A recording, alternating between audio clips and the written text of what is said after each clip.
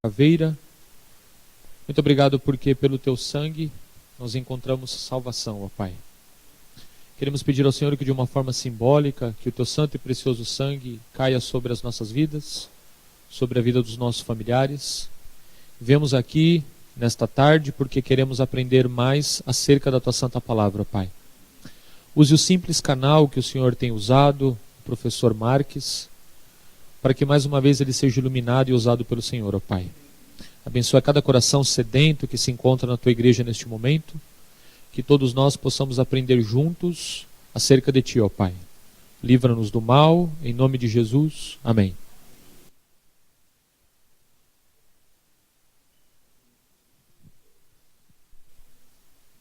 Eu gostaria de convidar o professor para vir aqui à frente, por bondade. Vamos dar um aceno jovem para ele, por gentileza. Deus abençoe, Deus o use novamente, viu, professor?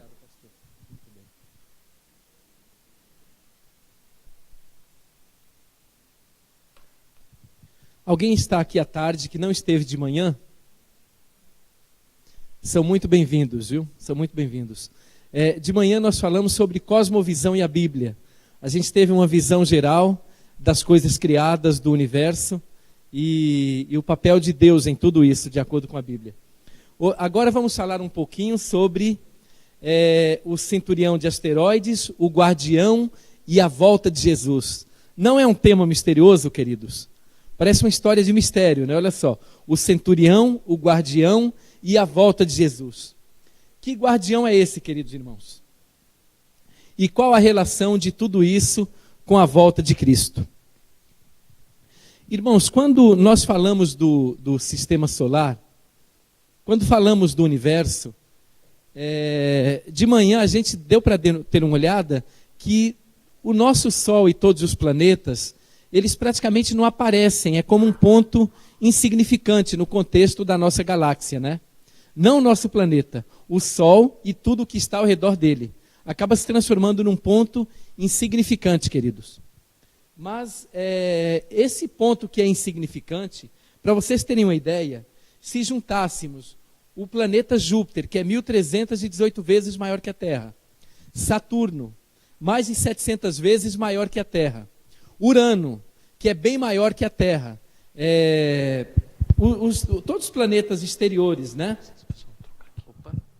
Todos os planetas exteriores e mais toda a massa do sistema solar, juntando tudo, queridos, juntando tudo, não vai dar nem 5% do Sol.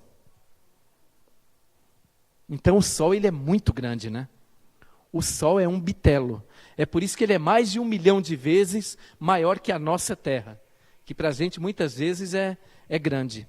Tente ir a pé até o Alasca para você ver. Né? Vamos tentar ir de navio até o Japão. É uma viagem muito demorada. Obrigado, querido. Vamos dar uma olhadinha. Eu vou pedir que apaguem as luzes mais uma vez. Uma luz rápida aqui no nosso sistema solar, para a gente entender umas coisas. Eu vou interrompendo em determinados momentos, tá, meus queridos? Our solar system is one of over 500 known solar systems in the entire Milky Way galaxy. A nossa Via The Láctea, solar né? system came into being about 4.5 billion years ago when a cloud of interstellar gas and dust collapsed, resulting in a solar nebula, a swirling disk of material that collided to form the solar system. The solar system is located in the Milky Way's Olha, Orion esse star ponto cluster. insignificante Only aqui 15% é o of nosso stars in the sistema galaxy solar, no host contexto planet. da nossa galáxia, queridos. O nosso Sol ele é uma estrela de quinta grandeza. Amanhã, como nós veremos, pode deixar... Planetary systems, and one of those Amanhã, como stars is veremos, our own sun. Existem estrelas até 2 bilhões de vezes maior que o nosso Sol. Querido, pode dar um pausa em 1 minuto, por favor. Irmãos, ó, no sistema solar tem um planeta que não está aqui, mas para mim ele é planeta. Cadê o Ezequias? E para o irmão Ezequias também. E para quem é mais velho aqui, Plutão para a gente é planeta, gente. Embora tenha sido rebaixado. Então, os mais jovens na escola, eles verão como um protoplaneta, mas para a gente ele é planeta, né? Faltou Plutão aqui. Mas, irmãos, você tem o Sol. Todos os planetas giram em torno do Sol. E aqui esses planetas que vocês estão vendo, cada planeta, alguns assim, outros assim, mas enfim, ele dá um giro em torno do seu próprio eixo. Esse giro em torno do seu próprio eixo é o que nós chamamos do dia de 24 horas, que inclui a noite também, obviamente. Então, esse período, esse giro em torno do próprio eixo, é o que nós chamamos de um dia. E claro, eles também dão uma volta em torno do Sol. Esta volta que os planetas dão em torno do Sol, nós chamamos de anos, não é assim? Irmãos, e curiosamente, o planeta mais perto do Sol é aquele ali, o primeiro, à esquerda, Mercúrio. Mercúrio é o planeta mais perto do Sol. Ocorre, irmãos, que em Mercúrio você tem crateras. Obrigado, querida. Aqui, Mercúrio. Em Mercúrio você tem crateras que medem mais de 2.500 quilômetros. Por quê? Foi bombardeado. Os planetas, uma boa parte deles, são bombardeados. Então, primeiro, você tem crateras superiores a 2.000 quilômetros. Ele é o planeta mais perto do Sol. E olha que coisa curiosa. O dia de Mercúrio, ele é maior do que o ano. Ele é maior do que o ano. Lembra do que eu comentei? O giro em torno do próprio eixo é o dia, não é assim? O giro em torno do Sol também. Ele é perto do Sol, então ele dá um giro rápido, em 58 dias. Mas o ano, o ano é 58 dias daquele planeta. O ano demora um pouco mais. Então aquela volta devagarinho que ele dá em torno do seu próprio eixo demora mais do que um ano ali perto do Sol. Mais de 60 dias. Queridos, então vejam, e você tem ali, agora curiosamente, embora ele seja o planeta mais perto do Sol, ele não é o planeta mais quente do Sistema Solar. Ele não é o planeta mais quente do Sistema Solar. É uma coisa estranha, né? Ele está bem perto, ele está perto, ele é bem quente, se colocarmos o ferro lá, o ferro vai derreter, mas ele não é o planeta mais quente do Sistema Solar. Irmãos, o planeta mais quente do Sistema Solar é esse mesmo, irmão. É o que imaginávamos que era um paraíso, Vênus. Já viram Vênus na mitologia grega? Aquela bicha bonita, linda? Queridos, Vênus, uma divindade grega, é sinônimo de beleza. Então os homens observavam Vênus, e você tem até histórias literárias medievais e antes do período medieval, em que eles tentam retratar Vênus e um tipo de homem que vivia ali. Determinados seres que banhavam naqueles lagos azuis maravilhosos e tal. E, irmãos, Vênus é um inferno. Nós mandamos as primeiras naves para investigar Vênus, meus irmãos. E sabe o que ocorreu? E olha, não é fácil derreter uma nave, porque ela é preparada para uma viagem. Elas derreteram, duraram poucas horas, queridos irmãos, muito rápido. Então, veja, um dos planetas que estudamos menos, dos chamados planetas interiores, foi justamente Vênus, queridos. Foi justamente Vênus. Então, lá é tão quente. Já ouviram falar aqui do efeito estufa? Tem o efeito estufa, não é? Nós emitimos determinados gases, e o ser humano é bem capaz disso aí. Esses gases, eles eliminam o gás atmosférico, essa proteção que temos. Por exemplo, o Sol, ele emite muitos raios. Quando você observar uma imagem no Sol, procura depois na internet, você vai ver, é como se ele estivesse borbulhando, não é assim? Uma água que está fervendo. Aquilo ali são bolhas que vêm, uma bolinha daquela, é mais de 5 vezes maior do que a Terra. E aquelas pequenas bolhas, elas emitem raios. Esses raios, eles viajam pelo espaço, querido. E eles têm um poder letal também. Eles têm um poder letal. Logo que foi descoberta a eletricidade, nós tivemos um apagão em todo o território da América do Norte. Eu não estou falando dos Estados Unidos. Em todo o território da América do Norte, porque afeta tudo. Pois bem, esses raios que o Sol emite, quando eles chegam aqui na Terra, quando você lê Gênesis capítulo 1 e 2, Deus ele colocou uma proteção. E quando os raios chegam, eles não penetram aqui e consomem a sua pele. Amanhã eu vou trazer aqui um trechinho da entrevista que eu fiz com o astronauta Marcos Pontes, tá bom? E eu quero mostrar aqui para os irmãos, para os amigos, estão todos convidados. Quando ocorre esse choque, qual é a visão para quem está no espaço, queridos? Para quem está em órbita? Qual é a visão que eles têm do planeta Terra? O que ocorre quando eles têm que ultrapassar a nossa atmosfera? Vocês repararam que o foguete, ele é pontiagudo? Ele tem uma ponta? E é extremamente caro. E é muito caro. Tem que ser do metal mais precioso que temos. Enfim. Irmãos, para ele rasgar a atmosfera, ele tem que ter uma velocidade muito grande, queridos. Tem que ter uma velocidade altíssima. E aquela ponta é para que ele penetre com maior facilidade. É como se fosse uma agulha, daquela que entra no nosso bumbum quando a gente está doente. É mais ou menos a proteção atmosférica, o cuidado de Deus. Veja, e Vênus, irmãos, ele tem uma pressão, ele tem um calor intenso, ele recebe, e ele também, da mesma forma que Mercúrio, ele também dá um giro bem devagarinho em torno de si mesmo, e dá o giro em torno do Sol.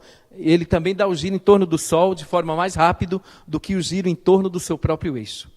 É bem importante para nós sabermos disso, viu? Daqui a pouco veremos por quê. Isso aqui é bem importante, irmãos. E tudo isso, o que tem a ver com... A irmã que de manhã me fez uma pergunta, com todo olho verá, ela veio aqui? Uma irmã do Chile? Não. Uma irmã tinha feito essa pergunta, e eu comentei para ela que teria que responder numa palestra sobre a nebulosa de Órion e a volta de Jesus. Mas, enfim, a volta de Jesus é algo astronômico. É um fenômeno astronômico. A Bíblia inteira, desde Mateus capítulo 24, que vem nos falando disso. O livro de Gênesis, quando nós encontramos ali Jacó, também tem uma referência a isso. Mas, enfim, e Vênus...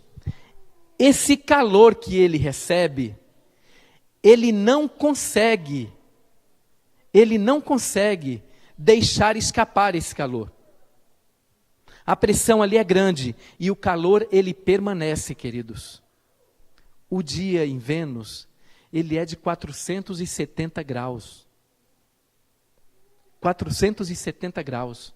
Vênus é um inferno de ácido, é uma coisa medonha, queridos. Não há a menor possibilidade de qualquer tipo de vida num planeta como Vênus. Agora, voltando em Mercúrio. Queridos, Mercúrio, o dia dele é quente, é muito quente. Claro, não chega nem perto de Vênus. Mas a noite de Mercúrio é mais gelado do que o Polo Antártico. Olha que loucura. Esse cuidado que Deus colocou, a Terra, ela mantém o frio e ela mantém o calor. Ela mantém o frio e o calor. Eles não escapam para o espaço sideral. Agora, não tem nenhuma proteção. Não tem nada em Mercúrio que faça com que aquele calor permaneça ou frio. Então ele é um inferno, e o dia lá é longo, e a noite também. O dia lá é extremamente frio, quente, e a noite é mais gelada do que o Polo Antártico.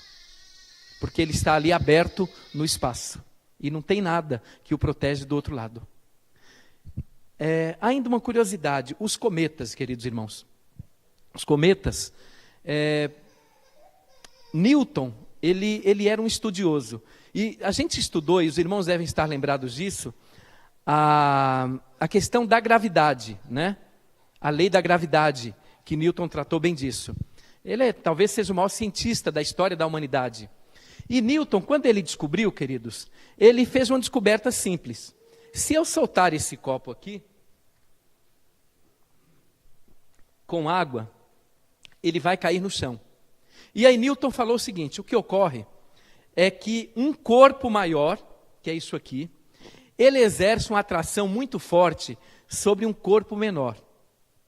Mas o corpo menor, ele também exerce a atração. Ao fazer isso, Newton explicou, por exemplo, as marés, as ondas no mar, o movimento na Terra, a relação da Terra com a Lua. Ele explicou por que é que todos os planetas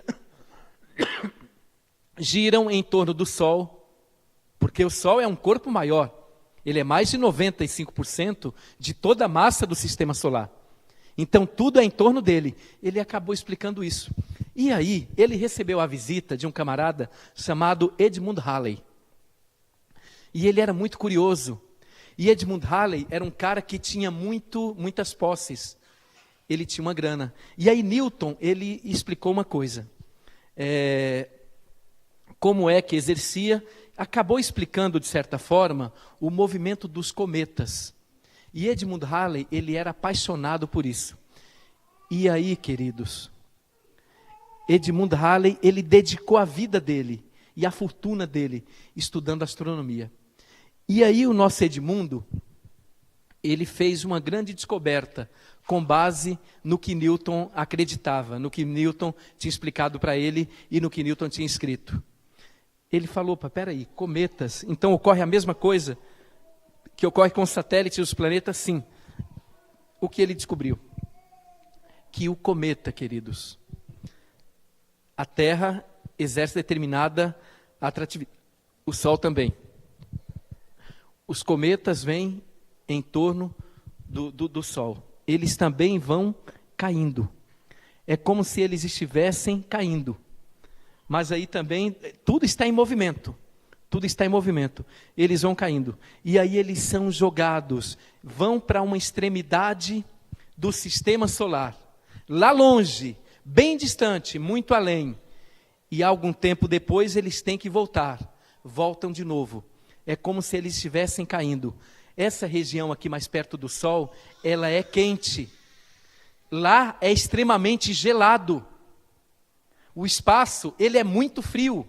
Ele é muito gelado. E aí vai além. Ali acumula gelo. Uma grande quantidade de gelo. E aí quando esses cometas vêm, essas pequenas pedras, quando os cometas vêm, eles têm uma grande quantidade de gelo. À medida que eles estão nesta velocidade aqui, aquele gelo, ele vai derretendo. E ele vai formando o chamado rabo do cometa. Então aquela imagem bonita. E ele falou: peraí, isso é lógico, isso é matemático. Peraí, esse cometa passou tanto. Então para ele cair e voltar, demora tanto e tal. E aí, queridos, ele disse o dia, ele falou a data que o cometa apareceria de novo. Quando o cometa apareceu, queridos, ele já não mais estava vivo, obviamente. Mas aí o cometa, aquele cometa, recebeu o nome em homenagem a ele, que foi o sujeito que mais escreveu.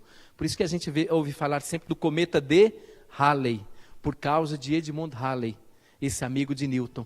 Irmãos, olha que coisa, é uma questão lógica, A questão do designer inteligente. Tudo sugere um planejamento, pastor. Nada sugere um acaso, queridos irmãos. Há muita lógica, há muita matemática em tudo isso, queridos. E eu lamento muito ser um jegue em matemática, viu? Gostaria de ser muito bom. Mas há muita lógica em tudo isso. O que pressupõe alguém inteligente. Finalmente, queridos, estamos aqui no planeta Terra. Não vou falar dos outros planetas, obviamente. E aí, a Terra, querido. Irmãos, a Terra, isso aqui é o que gostaria de comentar com os irmãos. Se ela estivesse um pouco mais perto do Sol, a temperatura seria tão alta que toda a água do planeta evaporaria, queridos. Se ela estivesse um pouquinho mais perto do Sol, a água do planeta evaporaria. Mas a Terra também, em contrapartida, se ela estivesse um pouco mais distante, nós morreríamos congelados. Agora, estranhamente, o Big Bang, há 13,5 bilhões de anos, tiveram que aumentar para 15 bilhões, viu? Porque enxergaram a 15 bilhões naquele vídeo que eu mostrei ali.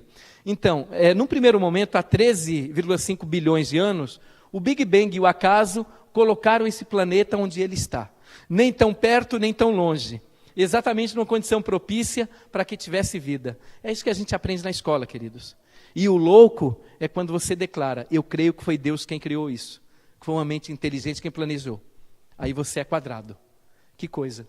Então, as condições de vida na Terra, elas permitem aqui. Queridos, finalmente, Marte.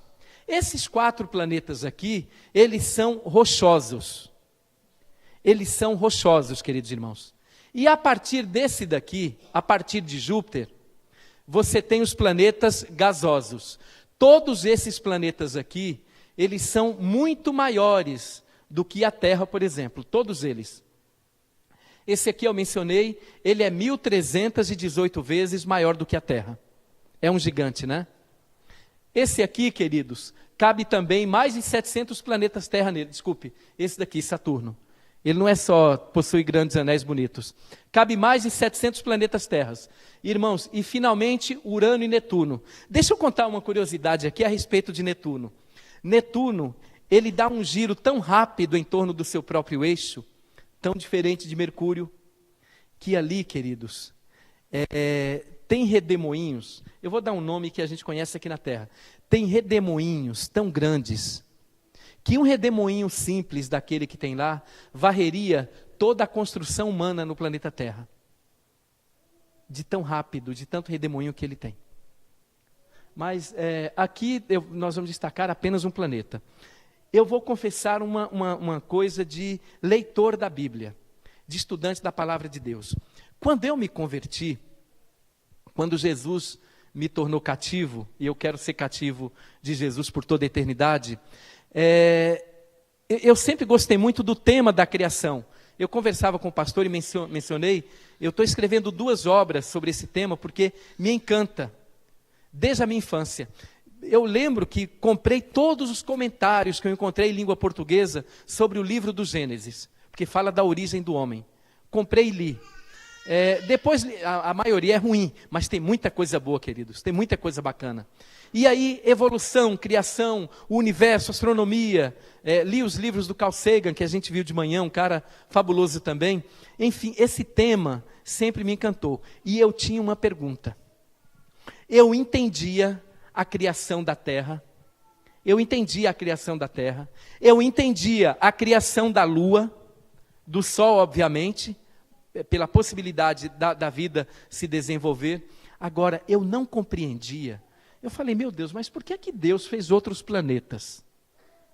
Por que é que Deus fez outros planetas? E em especial o planeta Júpiter. Por que é um gigante desse aqui, tão grande? Era uma pergunta que eu tinha. Essa pergunta, ela foi respondida pouco tempo depois, ainda na década de 90. Ainda na década de 90. Eu vou comentar com os irmãos. Pode deixar rolar o vídeo, querido.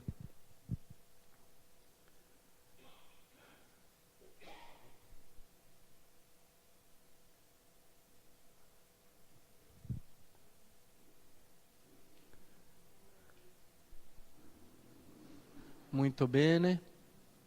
Pode adiantar um pouquinho, irmão, o vídeo. Aí uma visita. Aqui é o planeta que eu comentei que é um inferno mesmo. Planeta Terra, que coisa bonita, hein, queridos? Que bonito, olha a água, oh Jesus. Aqui o planeta vermelho, que é Marte.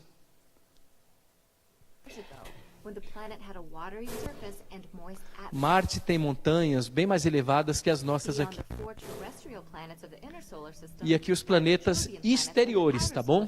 Planetas exteriores. Ok? Pode, os gigantes de gás. Pode tirar o vídeo, querido. Pode tirar o vídeo para a gente ganhar tempo aqui. Ok.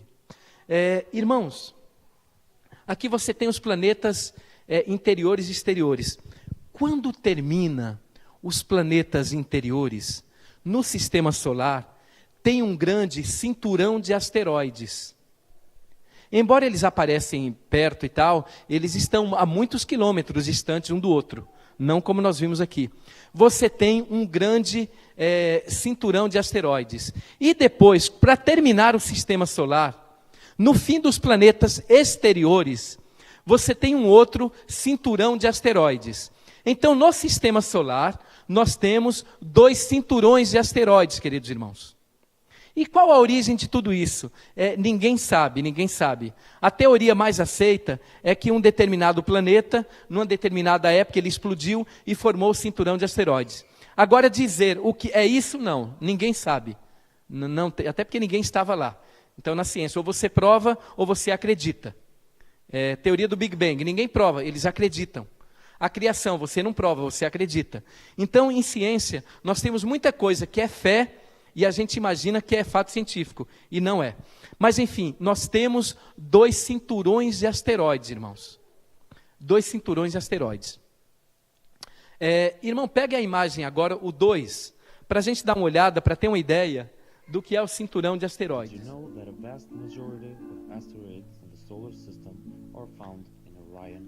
Então, irmãos, para a gente ter mais ou menos uma ideia, está aqui, ó. Aqui é o primeiro cinturão de asteroides, entre a Terra e Marte e Júpiter e os outros. Esses asteroides aqui, eles são pequenos, você tem asteroides pequenos, mas com um poder de fogo bem destrutivo, e você tem asteroides um pouco maiores. Então, alguns, como Ceres, por exemplo, pode medir milhares de quilômetros, de metros quadrados, queridos. E também os menores. Mas enfim, aqui é para a gente ter uma ideia dos tipos. Olha quanto asteroides. Daqueles que estão ao redor do sistema solar. Muito próximos da Terra, queridos. Os interiores e também os exteriores. Ok.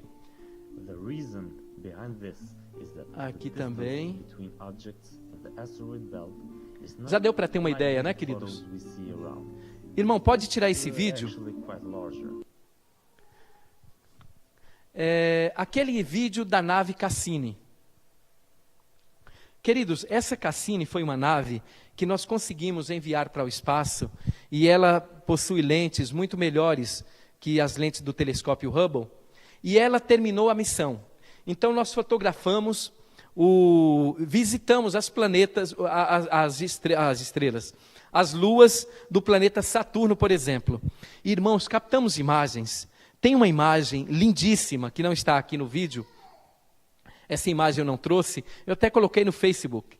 Parece que tem uma cachoeira, eles viram ali pedras e cachoeiras, queridos irmãos, lagos belíssimos.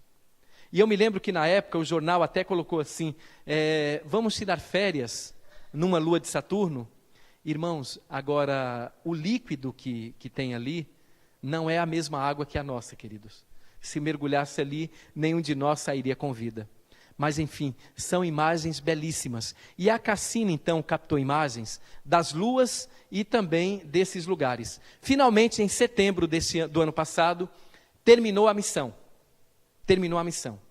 Nós nunca conseguimos entrar no planeta Júpiter. Nunca conseguimos entrar no planeta Saturno.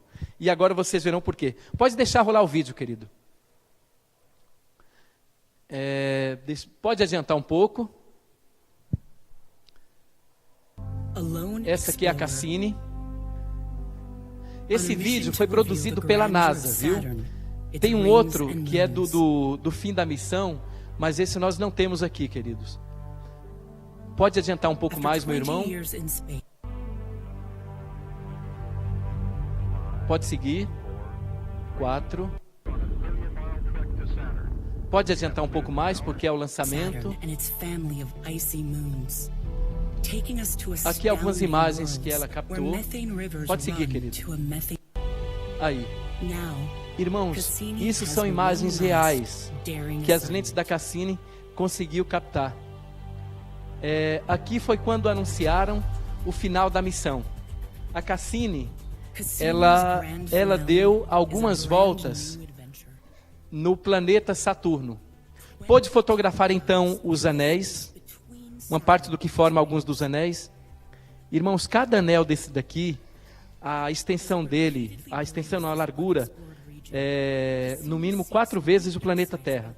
E a gente olha, parece um anel simples do que a gente usa. O planeta é muito grande. E aí então mostrou essas imagens. Olha que beleza, o paredão, queridos.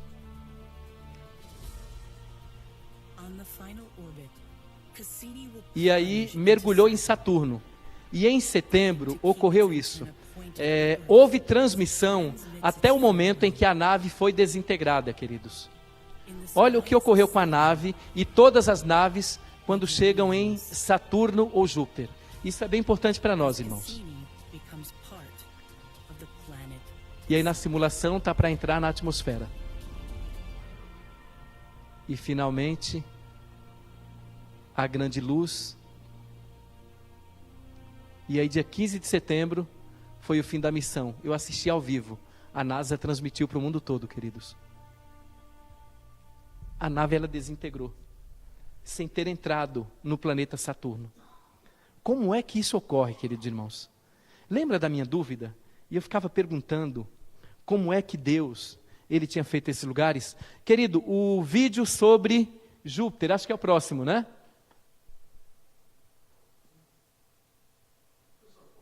Opa. Pois não.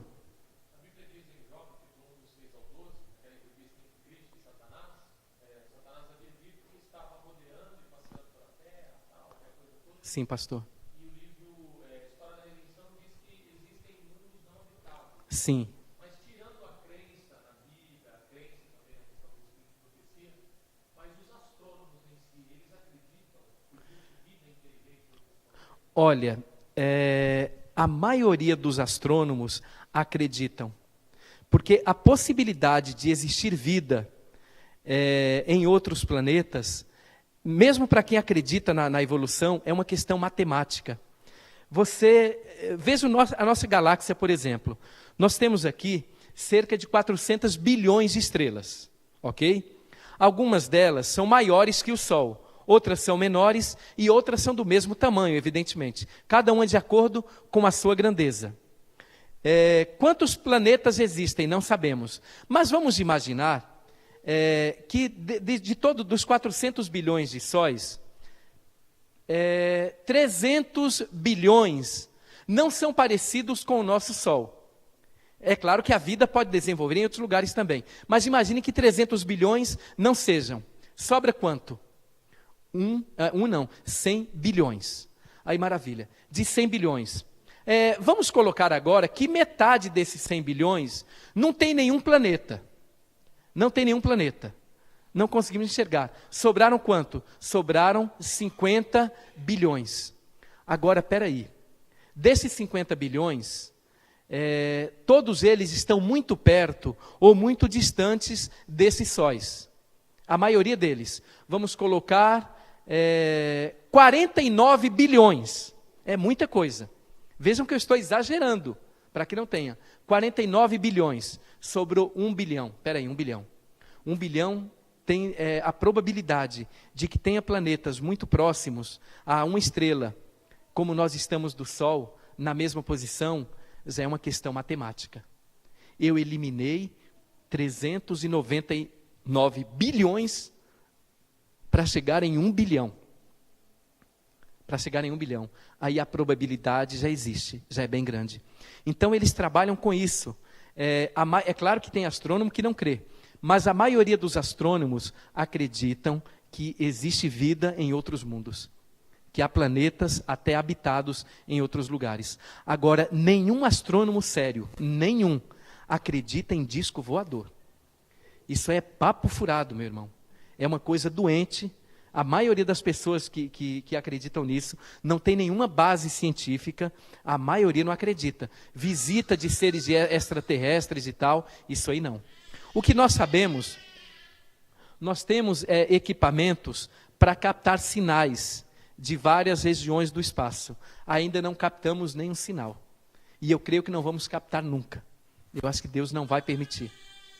Então, mas a probabilidade real de vida em outros mundos é muito grande, meu irmão. E eu falei apenas da nossa galáxia. Eu falei apenas da nossa galáxia. Hoje de manhã a gente viu aqui que a nossa galáxia, ela nem aparece. Tem um conglomerado, uma grande quantidade de galáxias que juntas, elas aparecem como um pequeno ponto luminoso. Como um pequeno ponto luminoso. Então a maioria acredita, viu? Embora nenhum deles creia em disco voador, pastor. Até o pastor George Vander, nos anos 80, ele fez um sermão e ele diz o seguinte, que ele fala sobre OVNIs, né, sobre os voadores e tal, e ele fala o seguinte, que esses objetos voadores não identificados, eles são literalmente brinquedos de um anjo caído. Porque muitas pessoas afirmam, a minha mãe, ela afirma que ela viu um disco voador. E lá ele usa o texto de Apocalipse 16:14, lá diz o seguinte, porque são espíritos de demônios que fazem sinais e prodígios para enganar as pessoas.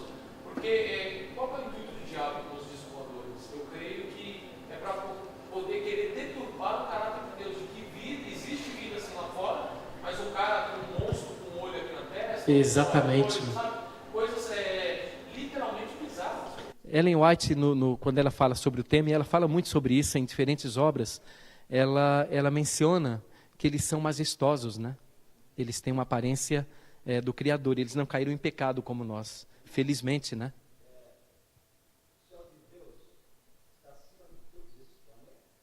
Sim, meu irmão, porque você tem o céu, você tem o céu visível, que é o nosso céu atmosférico aqui, e você tem o segundo céu, a própria Bíblia fala disso. De manhã íamos ler, a gente nem leu. Você tem o segundo céu. Que céu é esse? Que são as galáxias, que é o universo, que é a matéria escura, que é aquilo que conseguimos enxergar ou não. E você tem um terceiro céu, que é a morada de Deus. Que é a morada de Deus. Olha, irmão, o caminho, nós acreditamos, e porque acreditamos na Bíblia, olhando o Gênesis, e depois vendo também o dom de profecia, o espírito de profecia, nós acreditamos que Jesus virá pela constelação de Órion. Acreditamos que ele virá pela constelação de Órion, sim. A Nova Jerusalém virá pela constelação de Órion.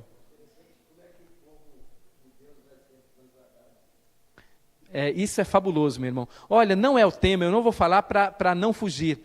Mas, queridos, a gente precisa ter um estudo para vocês verem o que é que a ciência fala sobre a nebulosa e a constelação de Órion.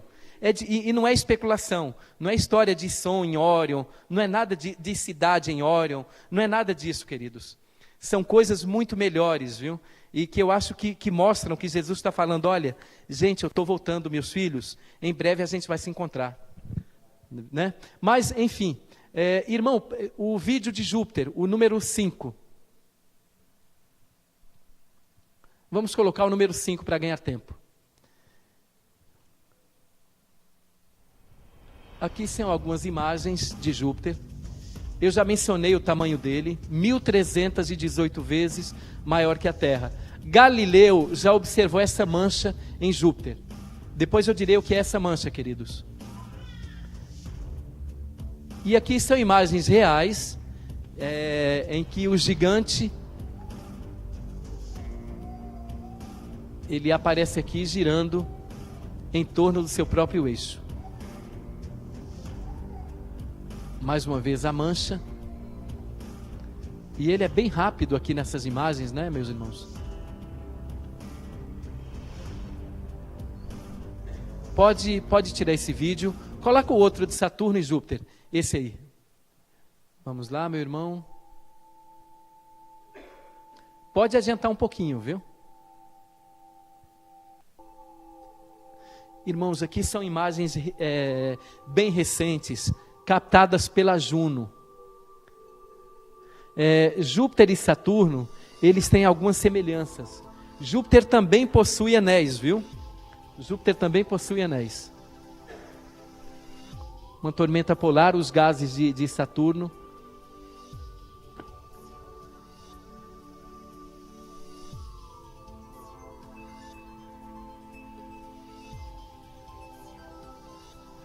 Saturno tem uma curiosidade. Eles viram um anel de Saturno formado por gelo. gelo. E aí os cientistas perguntaram, mas de onde vem esse gelo para formar aqui os anéis? E aí, estudando essa nave Cassini que nós enviamos, a Cassini, uma das estrelas, uma das luas de Saturno, ela ejeta gigantescas quantidades de gelo, queridos, que vai formando então esse anel. Faz o seguinte, isso eu não trouxe, eu vou trazer imagem real dessa lua amanhã, tudo bem? Vocês me lembrem. Irmãos, a pressão atmosférica de Saturno também é muito grande. Então as luas, elas são muito atraídas. E aí aquela grande quantidade de gelo que viaja e ali formando aquele anel. A pergunta foi respondida dessa forma. E eu trago também dessa lua que eu mencionei, que parece que tem cachoeiras e piscinas e tal. Mas olha, o líquido ali não tem nada a ver com a nossa água, viu? Então a gente vai ficar longe. Acho que nem depois da volta de Jesus. Queridos, a pergunta... Nós vamos ouvir agora uma mensagem musical. Depois eu quero retornar com o planeta Júpiter e a volta de Jesus. Aquela pergunta que eu fazia sobre a relação dos planetas que temos aqui e o próprio planeta Terra. Que eu me questionava como é que isso foi respondido na década de 90.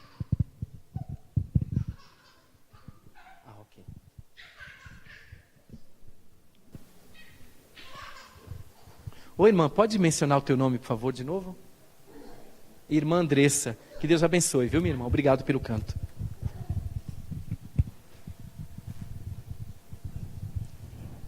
Som. Boa tarde. Eu vou cantar a música Ninguém Explica Deus. Acho que é muito conhecida de todos. Um lindo louvor. Então vamos nos unir todos juntos e adorar o nosso Senhor neste momento.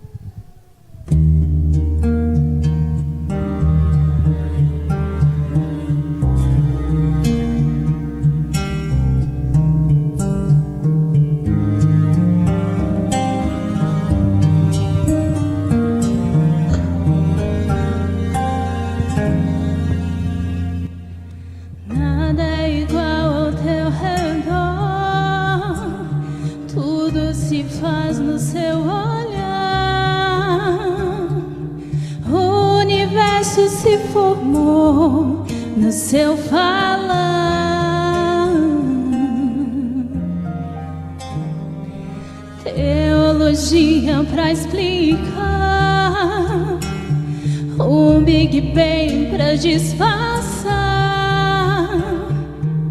Pode alguém até duvidar, eu sei que há um Deus a me guardar. Tão pequeno e frágil, querendo tua atenção. No silêncio encontro resposta certa então. Dono de toda a ciência, sabedoria e poder, oh, dá-me de beber da água da fonte da vida. Antes que o anjo houvesse, ele já era Deus, se revelou aos céus. Do crente ao ateu, ninguém explica Deus.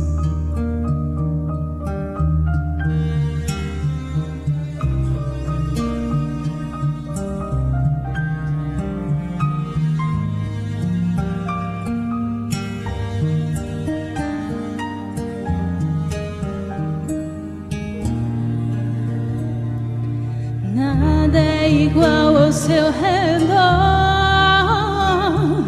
tudo se faz no seu olhar. O universo se formou no seu falar.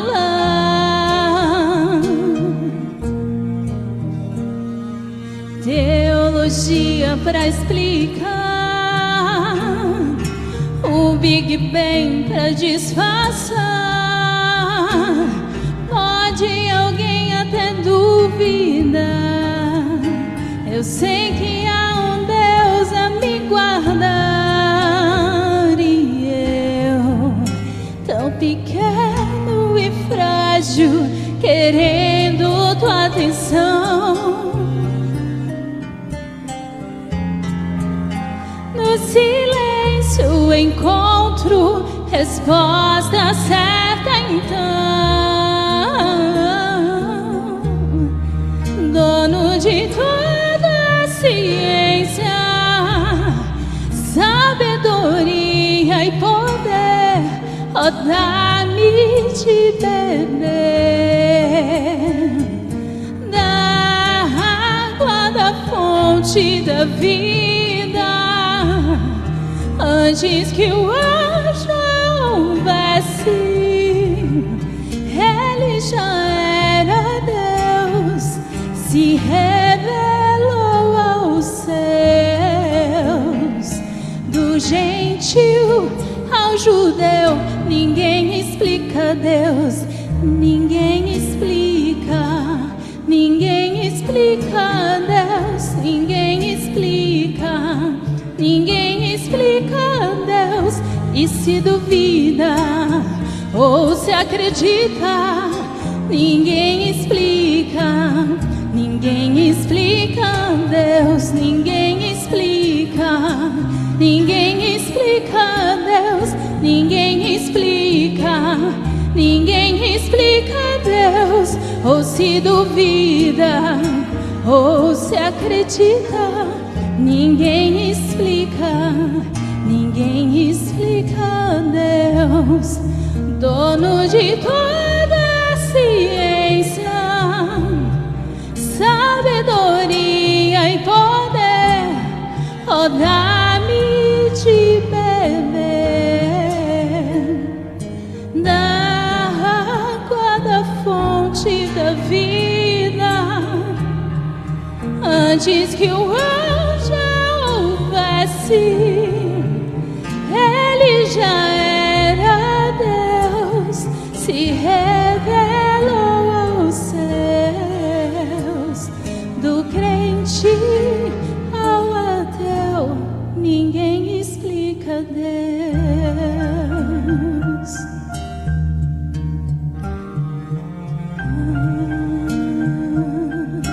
Ninguém explica.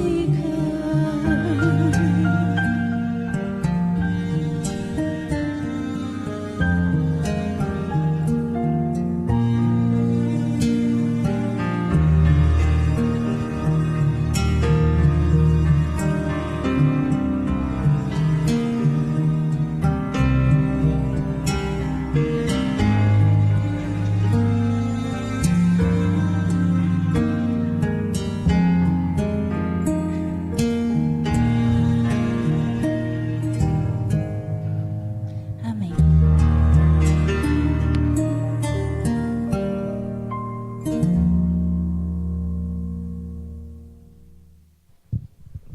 Um, dois.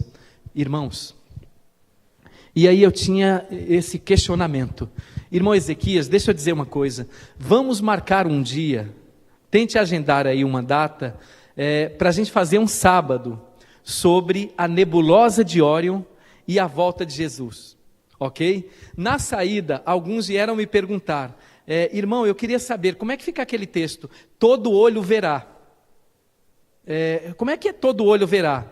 Aí o irmão aqui questionou de novo, mas espera aí, quando está em determinada posição e tal, as pessoas têm muita curiosidade, isso diz respeito à nossa redenção, tá bom?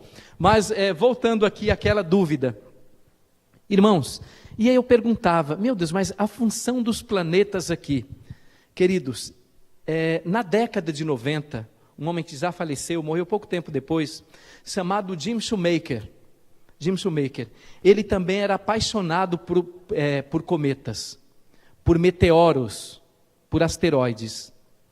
E aí, ele observando, ele deixava ele fez isso no deserto da Austrália, e ele fez também nos Estados Unidos, ele deixava a lente voltada sempre para o espaço. E ele tinha uma teoria. Qual era a teoria dele? Lembra o que eu mencionei de Mercúrio? Já viram que a Lua, ela tem vários buracos? Aquilo ali são choques de pedras que vêm do espaço e caem ali. Meteoritos, etc. Pois bem, e ele acreditava que a Terra, ela poderia ser bombardeada. A Terra poderia ser bombardeada, até por cometas, etc., como outros lugares do espaço. E aí Jim Shoemaker deixava lá sempre perseverante. Na metade da década de 90, as lentes dele, queridos, captaram um objeto no espaço. Gigante, gigante. Qual o tamanho? Um objeto que, se caísse no planeta Terra, destruiria tudo que nós conhecemos no planeta. Acabaria com a Terra e com a vida como a conhecemos. E aquilo se desenvolvia em alta velocidade no nosso sistema solar. E aí Jim Shoemaker, e o interessante é que ele tem imagens disso aí. Ele fotografou essas coisas, queridos, esse desenvolvimento. A NASA ficou atenta e também observou. Todos ficaram atentos por causa de Jim Shoemaker. Irmãos, e esse objeto que vinha em direção aqui dentro do nosso sistema solar, você tem a Terra, Marte e Júpiter. Ele vinha ali bem no meio, queridos. Ele vinha para cá, em alta velocidade. Eu repito, toda a vida na Terra, ela seria destruída. Irmãos, quando você vê a sequência de imagens, é uma coisa bacana. Vem aqui e ocorre isso. Já viram aspirador de pó? Irmãos, ele vem aqui e ele é sugado. Ele é chupado. Quem fez isso, queridos? As imagens. Você tem imagens desse objeto. Vamos chamar de cometa, de meteoro, enfim, vamos dar o nome que você achar mais conveniente, mas enfim, ele é sugado pelo planeta Júpiter, ele é sugado e ele é triturado, aquele objeto gigante, irmãos, na Terra destruiria o planeta, num planeta que é 1.318 vezes maior que a Terra, qual é o efeito? Quase nenhum, mas eles viram um grande brilho, queridos, um grande brilho, uma bolha. Já viram aquela bolha da bomba de Hiroshima? Uma bolha como aquela, várias vezes maior do que a Terra. Foi o efeito. Júpiter sugou, ele triturou aquilo ali. E depois aquelas pedrinhas, agora pequenas pedrinhas, foram atiradas ao espaço, queridos irmãos. Aí, mandamos naves, mas nenhuma nave conseguiu estudar Júpiter. Porque quando se aproxima de Júpiter, a nave, ela é desintegrada, da mesma forma que ocorreu com a Cassini, aquelas sequências de imagens que nós vimos. Júpiter, queridos, ele suga e ele tritura. Agora, por que é que Júpiter tem essa característica? Primeiro, ele é 1.318 vezes maior do que a Terra. Então, a pressão atmosférica em Júpiter é muito grande. É muito grande. Por exemplo, na Lua, você teria uma sensação de peso inferior a um pacote de arroz. Já viram as imagens da Lua, quando os homens, eles dão aquele salto bem grande? Aquilo é real, queridos. Porque na Lua não tem pressão atmosférica. Na Terra já tem um pouco, mesmo assim, a gente consegue dar um pulinho. Agora, em Júpiter, nenhum de nós conseguiria erguer o pé, porque você pesaria muito, pesaria demais. Ninguém aqui conseguiria erguer o pé em Júpiter, porque a pressão atmosférica é muito grande, é muita massa, queridos, é muita coisa ali em Júpiter, e aquilo é condensado, então, peraí, nenhuma nave consegue penetrar ali. Agora tem uma outra coisa, além do tamanho de Júpiter, além do seu tamanho, além de tudo isso, lembra o que eu comentei de Mercúrio? O que dura mais de Mercúrio, o ano ou o dia? O O dia de Mercúrio é muito mais demorado. Irmãos, já Júpiter, ele está um pouco mais distante do Sol, ele dá um giro em torno do Sol, mas olha, é devagar, devagarinho, como diz uma música do Martinho da Vila, se eu não me engano, bem devagarinho, mas queridos irmãos, ele é 1318 vezes maior do que a Terra. Vocês imaginem que aqui, essa ponta da minha Bíblia é uma parte de Júpiter, em torno do seu próprio eixo. Irmãos, o dia de Júpiter, esse gigante, dura 12 horas. 12 horas, meus irmãos. Então vocês imaginem a velocidade com que Júpiter ele gira em torno do seu próprio eixo. 12 horas. É como se a Terra ela girasse 2.000 vezes mais rápido do que ela gira. É como se ela girasse 2.000 vezes mais rápido. Então Júpiter, queridos, ele gira 12 horas, um giro total em torno do seu próprio eixo. Aquele planeta gigante, mais de 1.000 vezes maior que nós. Irmãos, isso torna uma pressão maior e grandes redemoinhos em Júpiter. Isso torna Júpiter capaz de captar qualquer coisa, esmagar e destruir. Irmãos, e isso não foi pregado pela NASA, mas a pergunta que eu tinha, ela foi respondida por Jim Shoemaker e os demais astrônomos. Por que é que Deus criou Júpiter? Júpiter, ele é um guardião do planeta Terra, queridos. Se ele estivesse mais para lá, ele iria guardar Marte.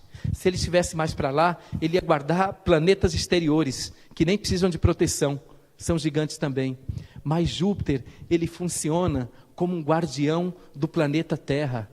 É por isso que não cai um meteoro na tua cabeça e esmaga, meu irmão. Porque além do cuidado de Deus aqui, ele colocou um planeta no sistema solar. E aquele planeta, ele nos protege, queridos irmãos. Nós temos um guardião no céu, além de Jesus. Um guardião criado por ele, que impede que essas pedras caiam sobre as nossas cabeças. Irmãos, e qual a relação disso tudo com a volta de Jesus? Eu queria mencionar uma coisa. Nós fizemos uma semana de oração lá na igreja da Vila Rica, que foi sobre criação e evolução. E eu me lembro que nós mencionamos também o dilúvio num determinado momento. Irmãos, e sabe o que eles encontraram na Rússia, em território russo? Encontraram um determinado animal, parecido com o elefante. Alguém lembra de um animal antigo que parece com o elefante? Como é que é? Mamute, isso mesmo. Encontraram um mamute comendo capim. Vejam aqui o que eu estou dizendo. Encontraram em território russo um mamute de milhares de anos, com capim. Ele estava se alimentando de capim. Porque ele não entrou em decomposição? Ele estava gelado, meus irmãos. Ele foi congelado. Agora eu pergunto, como é que esse animal, ele poderia ser congelado? Irmãos, quando houve o dilúvio, se alguém tiver curiosidade, leia o livro Patriarcas e Profetas, no capítulo dilúvio. Quando aconteceu o dilúvio, pedras eram atiradas da terra. Irmãos, a uma altura descomunal. Nós tínhamos o único continente. O racha foi tão grande que hoje o planeta Terra ele é dividido em mais de um continente. E pior, queridos irmãos, para ele estar congelado, comendo ali, o congelamento dele durou milhares de anos, foi instantâneo. Eu não sei quantos quilômetros de altura a água que saiu da terra atingiu.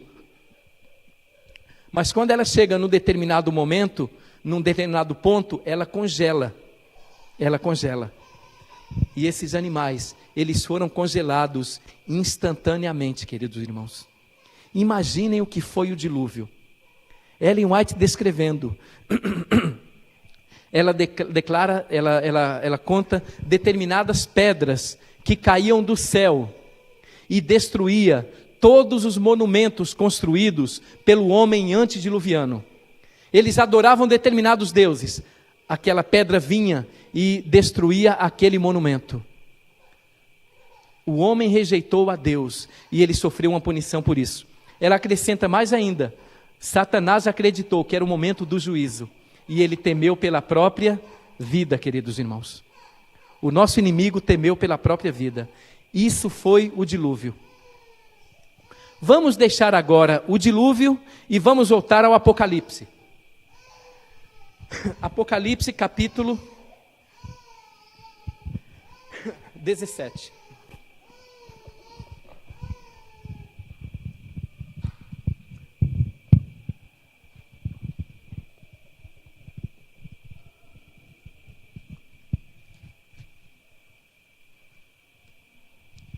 Capítulo 16, versículos 17. Vamos lá? Todos encontraram? O sétimo anjo derramou a sua taça no ar. E saiu grande voz do templo do céu, do trono, dizendo: está feito. Vejam quantos fenômenos astronômicos temos aqui. E houve relâmpagos, vozes, trovões e um grande terremoto. Irmãos, o terremoto que ocorreu no planeta Terra, por ocasião do dilúvio, ele foi tão grande, que a Terra, que tinha um único continente, diz a Bíblia, e a ciência declara isso, e chama esse continente de Pangeia, a Terra, que era o único continente, o terremoto foi tão grande, que a Terra, ela abriu, a Terra se dividiu, pedras eram atiradas para o ar. Então, esse provavelmente foi o maior terremoto da história da Terra. Mas o que diz aqui o Apocalipse? Versículo 18. Um terremoto com qual característica? E houve um grande terremoto. Versículo seguinte, meu irmão.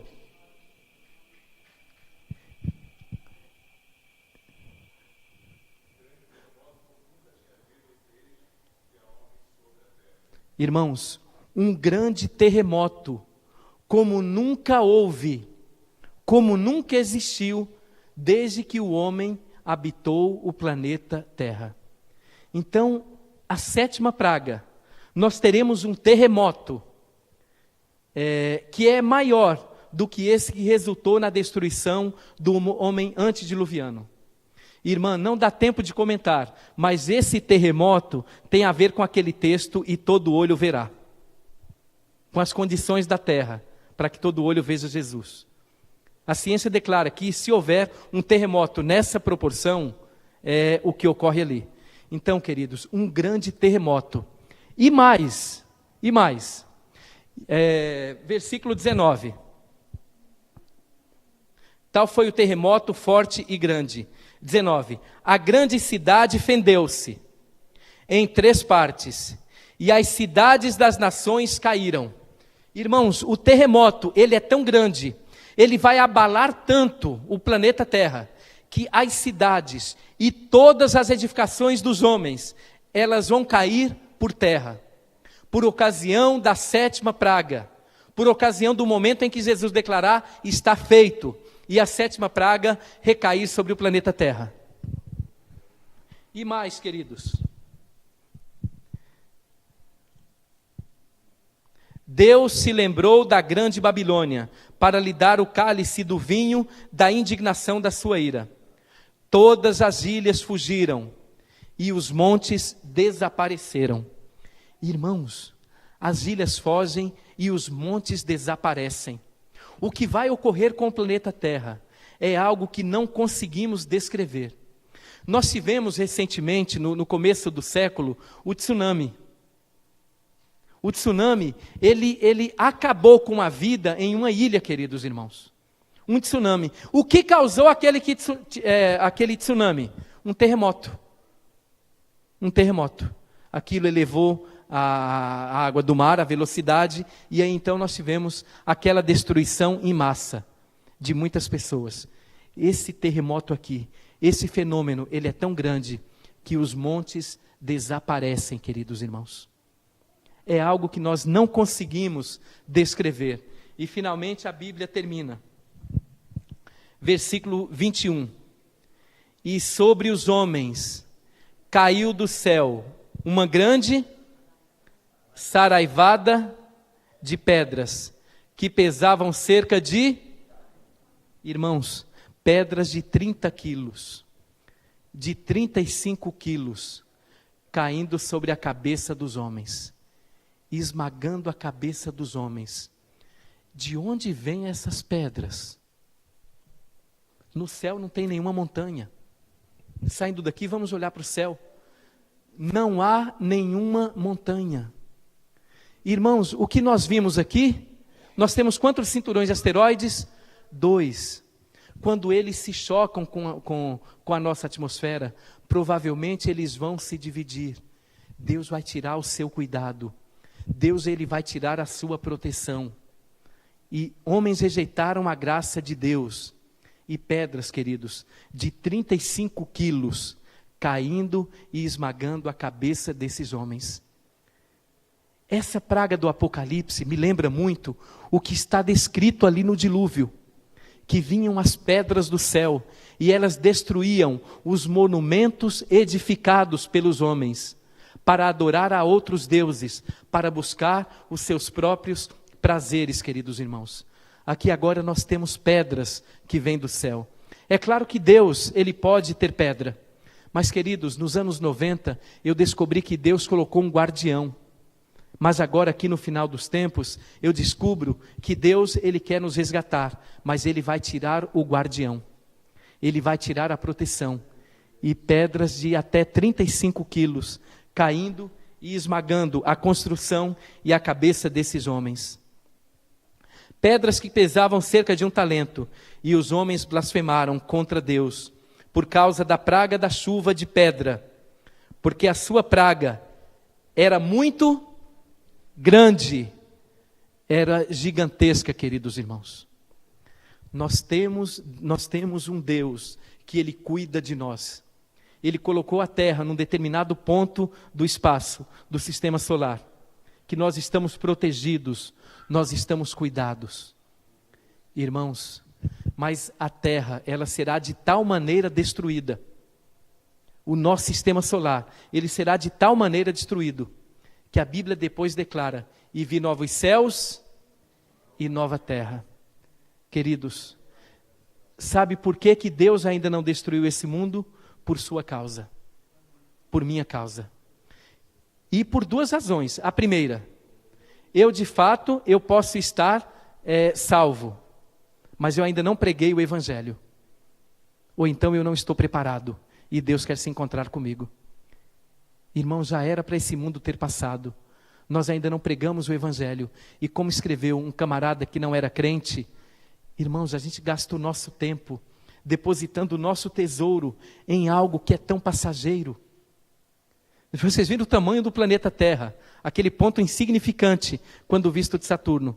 E a gente mata e rouba e vota num político e faz não sei o que e pula para poder ficar com uma pequena parte da Terra que nem existe, que nem aparece no mapa. E daqui a 100 anos, aquilo que você lutou não existe mais. Você não existe mais. Nem uma memória de que você existiu um dia. Quando nós olhamos para cá, quando nós olhamos para esse mundo, é isso que nós recebemos. Mas queridos, vamos olhar para Deus. Como nós temos que ter proteção do cuidado de Deus. Como Ele cuida de nós, como Ele zela. E as pragas, a Bíblia declara, ela não vai cair na cabeça de nenhum crente. Nenhum filho de Deus será abalado. Amém. E que nós estejamos nessas fileiras. Irmãos, dá para perceber por que tem um cinturão de asteroides? Porque muito provavelmente Deus fará uso disso para a punição do homem ímpio. Que nós não soframos nenhuma dessas 7 pragas. E que cada um de nós que estamos aqui possamos estar firmes com Jesus.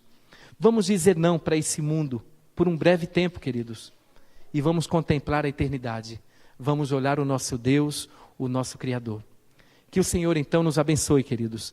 E amanhã, então, eu aguardo a todos aqui para a gente terminar esse final de semana com Jesus. Que Deus nos abençoe. Amanhã são seres trilhões de vezes maiores que a Terra e a questão das estrelas também. Então não percam. E as imagens que eu fiquei devendo hoje para vermos também amanhã. Ok? Vamos orar, queridos? Vamos ficar em pé.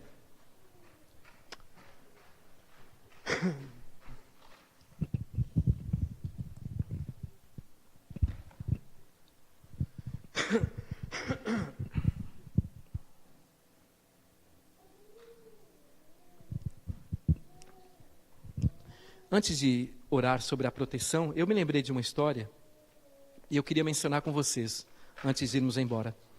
No livro Testemunhos agora para a Igreja e Antigo Testemunhos Seletos, Ellen White conta um testemunho bem interessante. A vida de uma pessoa que é chamada por Deus com o dom profético é complicado, irmãos. Porque um profeta, ele é um comedor de feijão como você. Ele vai no banheiro e usa roupa da mesma forma que você. Mas o profeta, ele fala com a autoridade de quem? De Deus. Agora você imagina, eu sou um profeta, e aí eu venho aqui, e eu tenho que falar com a minha irmã, e eu tenho que repreendê-la, e uma repreensão severa, temos uma relação de afeição, de amizade, e eu tenho que dar uma repreensão nela, dura. Às vezes a repreensão tem que ser pública, diante de todos. É complicado para ela ou não é? Agora imagina para mim, que sou amigo dela, mas Deus mandou e eu obedeço. Então, a vida de um profeta, ela é complicado. E Ellen White, ela era uma criança quando Deus a chamou, queridos. Ela achou que estava muito pesado. E aí ela orou a Deus. Ela falou, Senhor, se o Senhor puder, eu sou tão frágil, tira de mim esse fardo. Eu estou sofrendo, eu estou angustiada. É muito complicado, Senhor. E Deus então... ela foi deitar e Deus deu a ela um sonho. E naquele sonho, ela viu algumas viagens que ela fazia no próprio território americano. No próprio território americano. E aí, no caminho, ela viu Satanás, e uma visão que ela ficava muito perturbada, é quando Deus revelava para ela Satanás, ou revelava a perseguição do povo de Deus no final dos tempos. Isso a perturbava demais, queridos irmãos. E aí ela viu Satanás e os seus demônios preparando várias armadilhas. Então eles iam para um determinado lugar. Ele preparava para o gelo rachar e a carruagem então afundar ali. Preparava um outro lugar, salteadores, para que pudessem roubá-los e também tirar a vida. Em vários momentos, queridos. Vários momentos. E o que Deus ia lá e os livrava. E não permitia. E os anjos de Deus, irmãos, o exército dos céus, a serviço de um ser humano pecador, meu Deus. E ela viu os anjos de Deus cuidando e tirando cada armadilha, cada cilada de Satanás. Irmãos, ela se levantou, ela chorou evidentemente, e ela pediu perdão a Deus pela falta de fé. São palavras dela, viu? E ela pediu perdão a Deus pela falta de fé. E agradeceu a Deus pelo cuidado e proteção. Nós não conseguimos enxergar. Nenhum de nós aqui viu o cinturão de asteroides ali. Nenhum de nós aqui enxerga a atmosfera. A gente não está vendo os raios de sol que batem aqui e lá mesmo ficam. A gente não está vendo os meteoros que chegam e eles não conseguem penetrar na atmosfera. Porque eles chegam lá e aquela cortina os devolve ali na forma de fogo. A gente não está vendo, é tudo invisível. Mas Deus, Ele tem cuidado de nós. Hoje, ore em casa e louve a Deus. Senhor, obrigado pelo teu cuidado, obrigado pela sua proteção. O ser humano só saberá dessa proteção quando Deus tirar e Satanás assumir o comando. E não há nada pior do que ser comandado pelo inimigo de Deus, queridos. Oremos então. Pai querido, muito obrigado. Hoje a gente deu uma olhada aqui rapidamente no cinturão de asteroides, Júpiter, que funciona como um guardião da Terra. Obrigado, meu Deus, pelo teu cuidado, pelo teu amor e pela tua proteção, Pai querido. E finalmente nós lemos aqui as 7 pragas, quando o Senhor vai tirar a proteção E provavelmente, Pai, esses meteoros que hoje nós sabemos que estão reservados ali para algum propósito, eles serão utilizados para a destruição do homem ímpio e de tudo aquilo que ele construiu. Então, em nome de Jesus, eu quero pedir, proteja a cada um de nós, Pai, e que todos estejamos preparados para o encontro breve contigo. Abençoe a cada amigo que veio aqui nesta tarde. Abençoe a cada irmão, Senhor. Nos prepare para esse encontro maravilhoso contigo. Esteja conosco, dirija a nossa vida. Continue, Pai, nos dando o teu amor, a tua graça e o teu perdão. Mesmo não merecendo, nós te pedimos em nome de Jesus. Amém, Senhor. Amém.